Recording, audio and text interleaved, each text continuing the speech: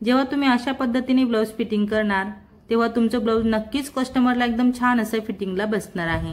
तर बघा माझे 2 पीस कटोरीचे जे जॉईंट आहेत ते एकदम परफेक्ट असे आलेले आहेत। एक जॉईंट देखील असं नाही झालं की हा जॉईंट इकडे आणि तो जॉईंट तिकडे असा। आता आपलं आय हुक पट्टी देखील परफेक्ट आलेली आहे। फ्रंटचा जो गळा आहे तो एकदम राऊंड शेप मध्ये आलेला आहे। रामकृष्ण रे मैत्रिणींनो, स्वागत आहे आपल्या सर्वांचे। तर आता खूप दिवसांनी आपला आजचा हा जो व्हिडिओ आहे तो तुमच्यापर्यंत येतोय। तर फायनली आपल्याकडे आलेली आहे अजून परत एक कस्टमरची ऑर्डर जी मला कंप्लीट करायची आहे। तर कस्टमरचे आपल्याकडे आहेत बरोबर टोटल 4 ब्लाउज आलेले आहेत। तर हे 4ही ब्लाउजांच्या स्लीव आपल्याला खूप सुंदर अशा डिझायनर शिवून घ्यायचे आहेत। त्यासोबत आता कसं आहे की ब्लाउज पीस वरती अशा पद्धतीचा नेक येतोय बघा, गळ्यांवरती असं वर्क येतोय। पण ह्या कस्टमरला मात्र गळा जो आहे तो मागचा एकदम डीप हवाय। तर मग आपण असा हा तर आलेला आहे बोट नेक। आता आपण याचा डीप नेक कसा बनवू शकतो हेच मी तुम्हाला आज इथं दाखवणार आहे। त्यासोबत ह्या ब्लाउज साठी देखील हे बघा स्लीव वरती कटवर्क आहे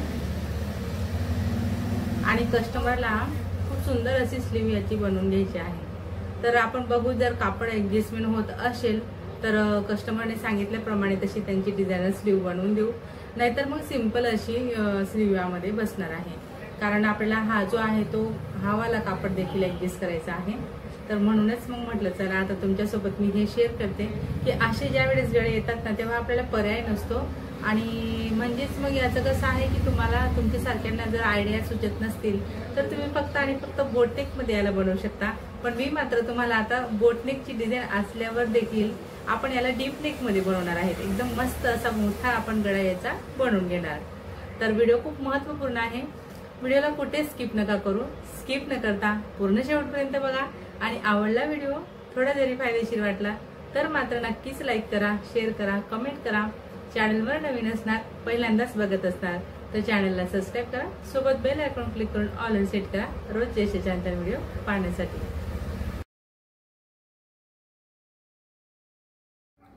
तर बघा आपल्याकडे ब्लाउज पीस असा आलेला आहे। हे एकाच कस्टमरचे माझ्याकडे 4 ब्लाउज आहेत, त्यातून ह्या ब्लाउज वरती असा वर्क आहे, त्यासोबत कट वर्क मध्ये बॉर्डर आलेली आहे। आणि कस्टमरने मात्र खूप सुंदर अशी स्लीव डिझाईन मला पाठवलेली आहे व्हॉट्सअपला। तर तशा पद्धतीची डिझाईन आपल्याला बनवायची आहे बाहीवरती। त्याआधी मी तुम्हाला आजच्या ह्या व्हिडिओत आपलं हे सर्व जे ब्लाउज आहे ना अशा पद्धतीचे जेव्हा गळे येतात तेव्हा तुम्ही ब्लाउजची कटिंगची सुरुवात कशी करणार आणि कुठून करणार। तर माझे इथं संपूर्ण अस्तर कटिंग झालेला आहे कस्टमरच्या मापानुसार। त्यानंतर मी काय करते, आता हा जो काही गळा आलेला आहे त्याची व्यवस्थित अशी घडी घातलेली आहे आणि त्यावरती आता आपल्याला बोटनेकचा डीप नेक घ्यायचा आहे। एकदम डीप गळा असतो ह्या कस्टमरचा। तर त्या पद्धतीने मी हे बॅक पार्ट बघा अशा पद्धतीने ऍडजस्टमेंट करत असं ठेवून घेतलेलं आहे। आणि सर्वप्रथम मी इथं बॅक पार्ट कटिंग केलेला आहे। बॅक पार्टचा गळा असल्यामुळे आपण ते कट करून घेतला। तर वरती हा जो काही कापड आहे ना तो पूर्ण असा एकदम असं क्रश झालेला आहे। तर तिथं आपल्याला प्रेस करायची आहे, एकदम छानपैकी मी त्यावरती प्रेस करणार म्हणजे त्याची उंची एकदम परफेक्ट अशी येणार आहे बरोबर। त्यानंतर आपली दुसरी स्टेप असते, जेव्हा आपल्याला स्लीव डिझायनर बनवायचे आहेत जशी मी बनवलेली आहे त्या पद्धतीची जर का बनवणार तर मग ही कटवर्कची जी बॉर्डर आहे ना ती थोडी अशी एक्स्ट्रा कट करा, म्हणजे 2 इंचापर्यंत 2 ते 2.5 इंचापर्यंत मी ही बॉर्डर अशी पूर्ण कट करून बाजूला केली। त्यानंतर आपली तिसरी स्टेप असणार आहे, इथं आपले जे पॅटर्न आहेत ना फ्रंटचे ते संपूर्ण पॅटर्न आपल्याला इथं व्यवस्थित बसवायचे आहेत। तर ह्या कस्टमरचे माझे जे ब्लाउज असतात ते 2 पीस कटोरीचे असतात। तर मी साइड पॅटर्न कटोरी तसेच कटोरीची म्हणजे 2 पीस कटोरीचे 2 पार्ट असतात, त्यासोबत क्रॉस पट्टी असते। तर हे सर्व काही पॅटर्न मी व्यवस्थित असं आता राहिलेल्या कापडमध्ये घडी घातलेली आहे आणि व्यवस्थित असे कटिंग करून घेते। त्यानंतर जो काही कापड शिल्लक राहणार आहे त्यामध्ये मग मी डिसाइड करते की आता आपल्याला कस्टमरने दिलेल्याप्रमाणे बाही डिझाईन बसते का। तर हो तसा कापड इथं शिल्लक राहिला आणि मग मी तसं स्लीव डिझाईन अशी बनवून दिलेली आहे कस्टमरला। तर बाही डिझाईनचा व्हिडिओ मी नेक्स्ट तुमच्यासोबत शेअर करणार आहे। आजच्या व्हिडिओत मात्र तुम्हाला फिटिंग बघायला मिळणार आहे, ब्लाउजची कटिंग कशी करायची डिझाईन ब्लाउजची हे तुम्हाला मी दाखवलेलं आहे। स्टेप बाय स्टेप सर्वच जे पार्ट आहेत ते कटिंग केले। आता ही बाही देखील माझी कटिंग झाली, बाहीची डिटेल कटिंग मी तुम्हाला नेक्स्ट व्हिडिओमध्ये दाखवणार आहे। स्पेशल बाही कटिंगचा आणि स्टिचिंगचा व्हिडिओ तर आपला असणार आहे, कारण बाही डिझायनर आहे। म्हणून आजच्या व्हिडिओत मी तुम्हाला फक्त आणि फक्त ब्लाउजची पॅटर्न कशी ऍडजस्ट करायची आणि ब्लाउजची फिटिंग कशी करायची, मेन महत्त्वाचं फिटिंग मध्ये तुमच्या ज्या चुका होतात ना त्या व्हायला नको याची तुम्हाला सविस्तर माहिती इथं मिळते। तर असं आपलं संपूर्ण ब्लाउज कटिंग झालेलं आहे। हा कापड शिल्लक राहिलेला आहे। जर आपल्याला उंचीला कमी पडला तर आपण त्याचा वापर करू, नाहीतर आता व्यवस्थित आपल्याला हा कापड येणारच आहे। बघा बरोबर 15.5 इंच उंची याची तयार झालेली आहे। जो कापड एकदम गोडा झालेला होता वर, त्याला मी एकदम छानपैकी कडक अशी इस्त्री करून घेतलेली आहे। त्यानंतर गळ्याला गळा मॅच करत इथं खाली सेंटरला कट लावला, तसंच वर देखील मी कट लावून घेते। हे दोन्ही कट सेंटर पॉइंटचे लावणे खूप गरजेचे आहेत। आणि बॅक पार्ट मी चेक करते की माझ्या कस्टमरला जेवढा डीप गळा हवाय ना, तर आता बघा मी अस्तरवर गळा कटिंग करणार आहे। 4 इंचाचे माझे हे कस्टमरचे बॅक पार्ट खालची तयार असते, तर मी 5 वर मार्किंग करून बरोबर असा काटकोन तयार केला। खालची गळ्यारुंदी 3 इंच घेतली, वरची 2 इंच घेतलेले आहे। सिंपल असा मी गोल गळा इथं ड्रॉ करून घेतलेला आहे। तुम्ही देखील अशा पद्धतीने गळा ड्रॉ करून घेऊ शकता। आता तुम्ही बघितलं असेल की आपला जरी डिझायनर गळा आलेला आहे, तरी देखील मी गळा जो आहे ना तो सिंपल असा अस्तरवरती ड्रॉ करून घेतला आणि कटिंग करून घेतलेला आहे। तर याचा सेंटर पॉइंट आणि मेन फॅब्रिकचे सेंटर पॉइंट आपल्याला मॅच करायचा आहे। हवं तर तुम्ही इथं पिनांनी सेट करा। मी शिद्या कापडवरती अस्तर ठेवून घेतलेला आहे आणि शिद्या कापडवर अस्तर ठेवल्यानंतर आपल्याला यावरती अशी टिप टाकायची आहे। हवं तर तुम्ही इथं बॅकला पट्टी देखील लावू शकता बॅक पार्टला, पण मी तुम्हाला थोडं शॉर्टकटमध्ये दाखवते, कारण यावरती मला लेस देखील लावून घ्यायची आहे। आता आपलं हे जे पार्ट आहे ना, हे बघा थोडंसं अजून कापड गोळा झालेला वाटतो। खूपच मला वेळ लागला ह्या कापडला इस्त्री करण्यासाठी, बराच असा माझा वेळ गेला, कारण कापड जळायला पण नको आणि कापड एकदम ताट देखील व्हायला हवं, यासाठी मला छान अशी कडक प्रेस करावी लागली यावरती, ती देखील एकदम सांभाळून। तर मी अशी प्रेस करत याची उंची कव्हर केली।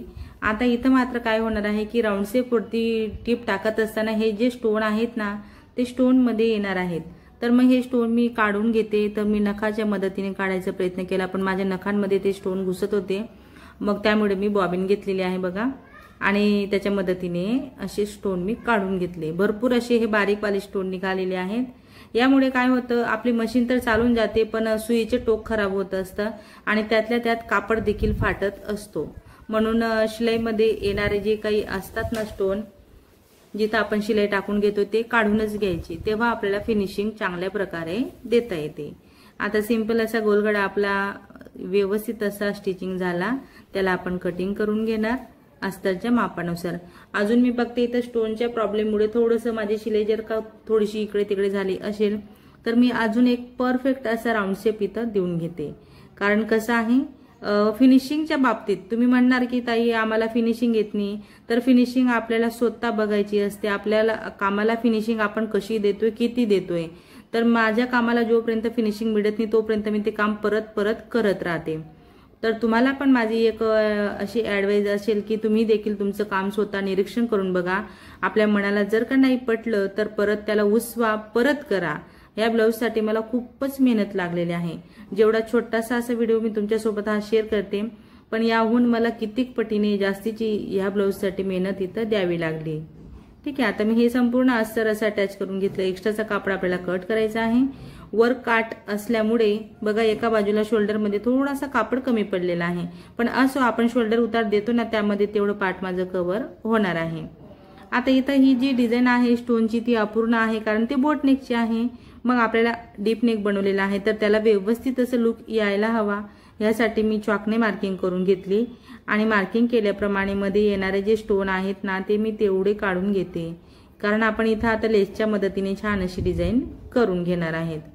तर बघायचं, आपण लेस जेव्हा लावायला घेतो ना ब्लाऊजला, तेव्हा कलर कॉम्बिनेशन मध्ये घ्यायची, किंवा त्यावरती स्टोन कुठल्या रंगाचे आहेत। आता या ब्लाऊजवरती स्टोन आहेत पूर्ण सिल्वर, आणि साडी देखील, साडीला पण जी आहे ना ती बॉर्डर पूर्ण कटवर्कची सिल्वर मध्ये आहे। तर मग मी तर सिल्वर मध्ये लेस घेतलेली आहे आणि ही लेस माझी सिंगल स्टिपने अशी स्टिच होणारी आहे। तर धागा देखील मी चेंज केलेला आहे। तर फिनिशिंगसाठी, प्रॉपर फिनिशिंगसाठी तुम्हाला ज्या रंगाची तुम्ही लेस घेता त्या रंगाचा तुम्हाला इथं धागा घ्यायचा आहे आणि मग अशी व्यवस्थित तशी लेस लावून घ्यायची आहे। तर मी फक्त लेस लावण्यापुरते जे मला येत होते स्टोन मध्ये ते काढले इथं आणि मार्जिन मध्ये जाणारा पार्ट आहे म्हणून मी लेस थोडीशी लांबूनच अशी कट केलेली आहे। तर अशा पद्धतीने तुम्ही देखील बॅक पार्ट असं तयार करू शकता, एकदम सिंपल मध्ये बिलकुल।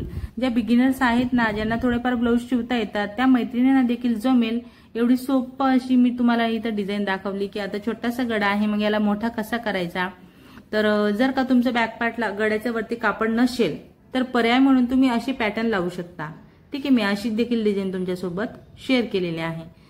तर आता चला आपण बघूया फिटिंगच्या महत्त्वाच्या टिप्स। आता हे तर झालं आपलं पूर्णपणे बॅक पार्ट रेडी।